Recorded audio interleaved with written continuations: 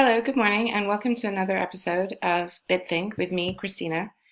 And I always forget to say this at the end of the videos, but if you're enjoying what you hear and sometimes see, definitely hit the subscribe button and definitely leave me a comment.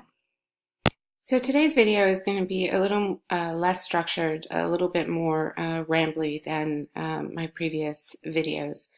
And at the outset, while I'm going to be talking about what I think is going on in the markets, what the price movements reflect, and how they intersect with news and news-ish information, I did want to say at the outset something about my general framework, which if you've watched any of my other videos, you may have heard me talk about skepticism. And you may know that I have an interest in cult-like thinking. And that's just another way of saying that I am, or I try to be continually aware as I investigate any given question, my own incomplete knowledge, that no matter how deep or wide I go on any given subject, I will always be lacking complete information, and that I will always be subject to my own biases, and that an awareness of those two facts can help create what is effectively a skeptical substratum to any set of answers or insights that I might bring to any given situation, whether it's in the cryptocurrency markets or in my own personal life, and all the range in between. I am an advocate for trying to cultivate this way of thinking because I think ultimately it's the thing that protects any given individual from falling down their own rabbit hole and losing the capacity to take on new information or tolerate the reality that our analyses and our understandings and our predictions are always, by definition, an ongoing exercise, and that we, much as we might like to have a kind of static and secure one-time set of decisions about what may be real or what might be important, in fact, the natural world around us and every kind of insight we might gain from that tells us that it is an ongoing process with cyclical rhythms, and that it is, not to use such an overly used Hallmark card type phrase, but it is the journey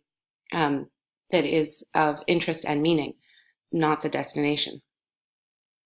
And again, I just want to reference a kind of Uber framework that I bring to the way in which I think about a lot of stuff,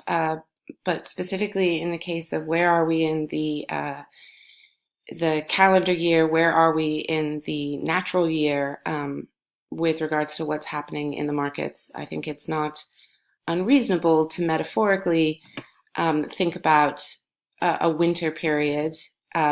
as much as it's realistic to look at the Asian New Year or the Chinese New Year on the calendar, or any of the other kind of wintertime events that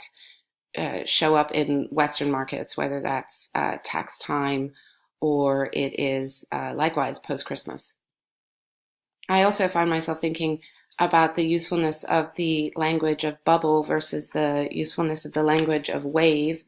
I think they both have uses, again, metaphorically, symbolically. And I don't think in this video I'm going to talk too much about it, but I do think that one of the challenges is that, particularly with the word bubble, much like crash,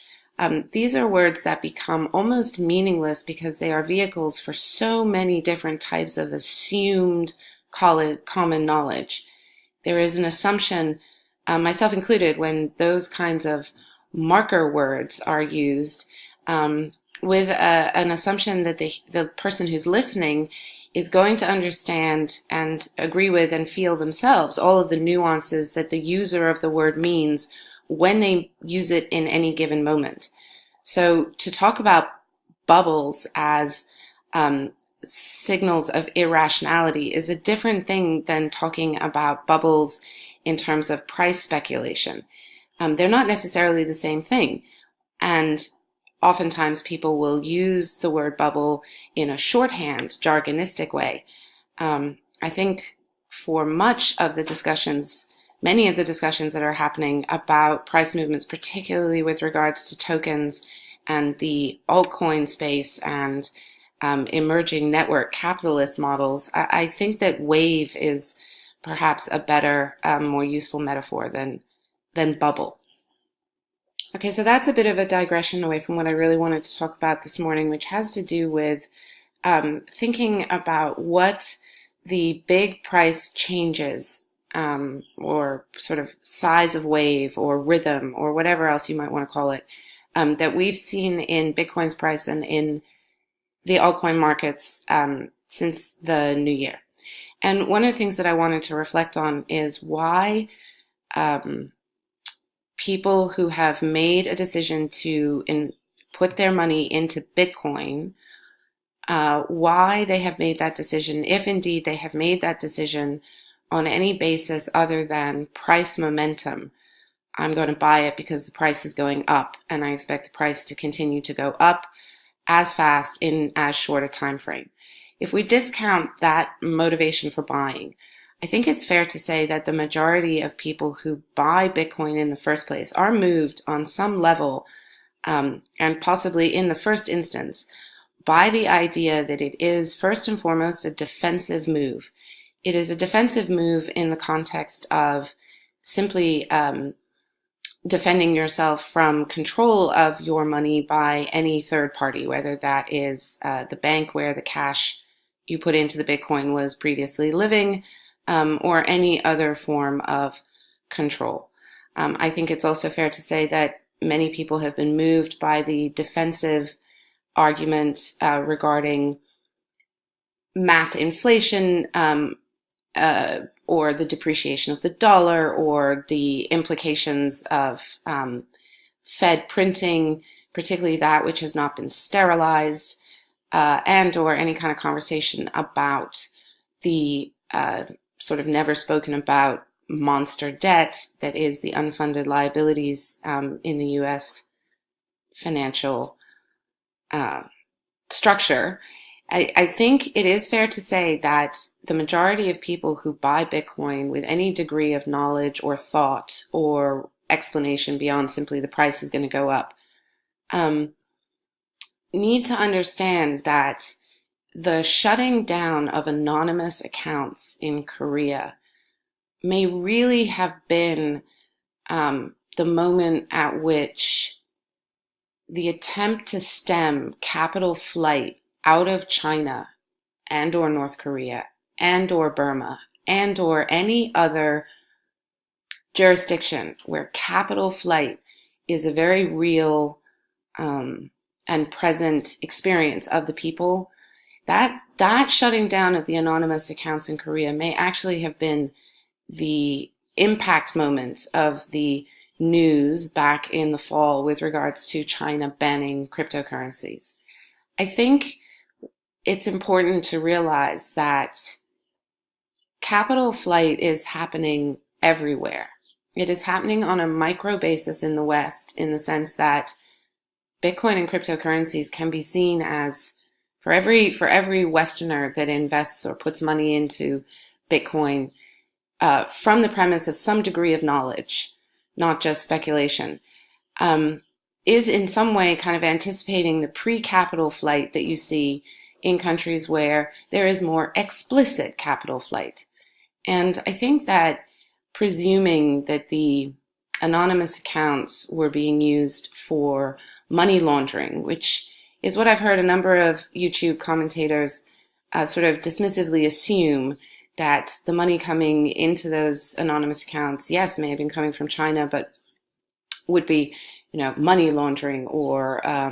nefarious in some way, kind of show the type of cognitive dissonance that is apparent when people who are clearly, committed to the idea of greater freedom in financial operation, autonomy,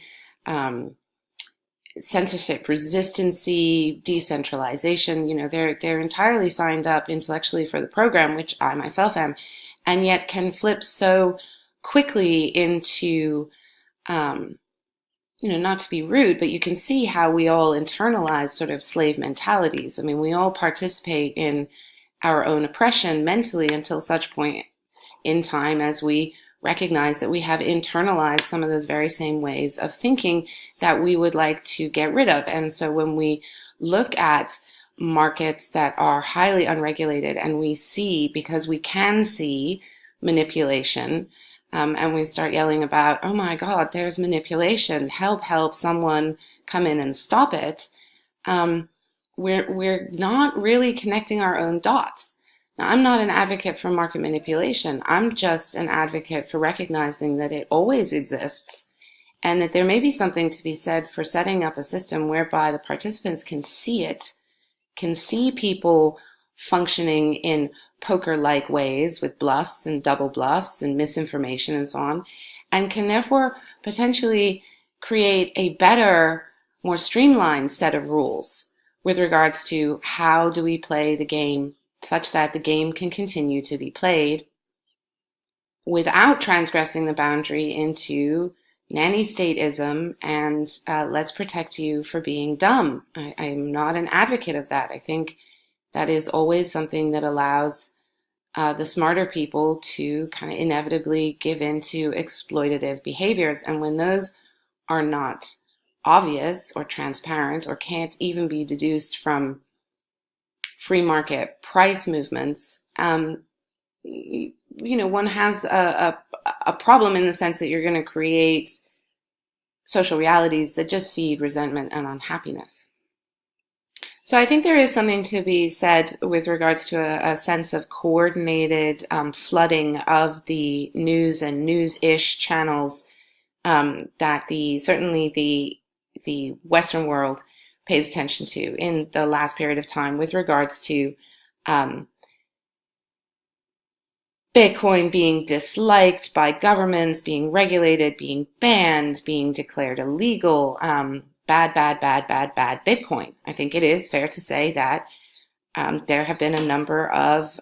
global conferences, whether it's Davos or it's the G20 or it's any number of talking heads collecting in rooms together. And I think processing 3 or 4 months worth of having to pay attention to everything the crypto space was really starting to say loudly in September, October, November, December, as Google searches rise and as a number of the kinds of slogans and realities of Bitcoin and decentralized censorship-resistant crypto space start to penetrate the brains of the talking heads, I'm certain that a whole bunch of people have become likewise educated with regards to the threat to structures that govern the Western world, central banks, banking itself, the way in which politics and power is organized around banking and central banking. For sure, a lot of people are on whatever level freaking out about the fact that it's a real deal and it allows all kinds of behavior to essentially